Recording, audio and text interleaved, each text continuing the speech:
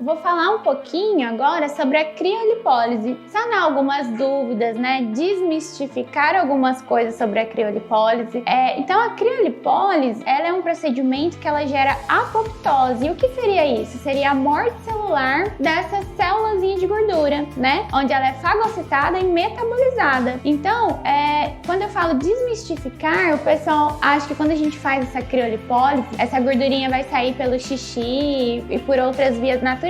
E não é bem assim, né? O nosso corpo, ele vai fagocitar e metabolizar isso. Então, ele vai gerar uma morte celular mesmo. Diferente de outros procedimentos que geram a lipólise. Então, eu explico muito isso para o paciente. Se o paciente chegar para mim e falar assim, olha, doutora, eu não consigo praticar muita atividade física, eu não tenho uma rotina muito estável, não consigo mudar muito a minha rotina. Então, eu vou sempre optar para esse paciente fazer esse procedimento de criolipólise e gerar essa apoptose, né? Porque se eu for colocar algum procedimento que vai gerar lipólise nesse paciente, ele vai ter que ter uma queima, ele vai ter que ter uma déficit de calorias e ele vai ter que fazer uma atividade física. Então, a criolipólise, ela é muito boa para esse paciente que não pode, às vezes, ter uma mudança muito brusca na sua rotina, no seu dia a dia, né? E pensando muito isso, pensando muito nesse paciente, no pós desse paciente, a gente veio e colocou a Crio 3.0 para vocês.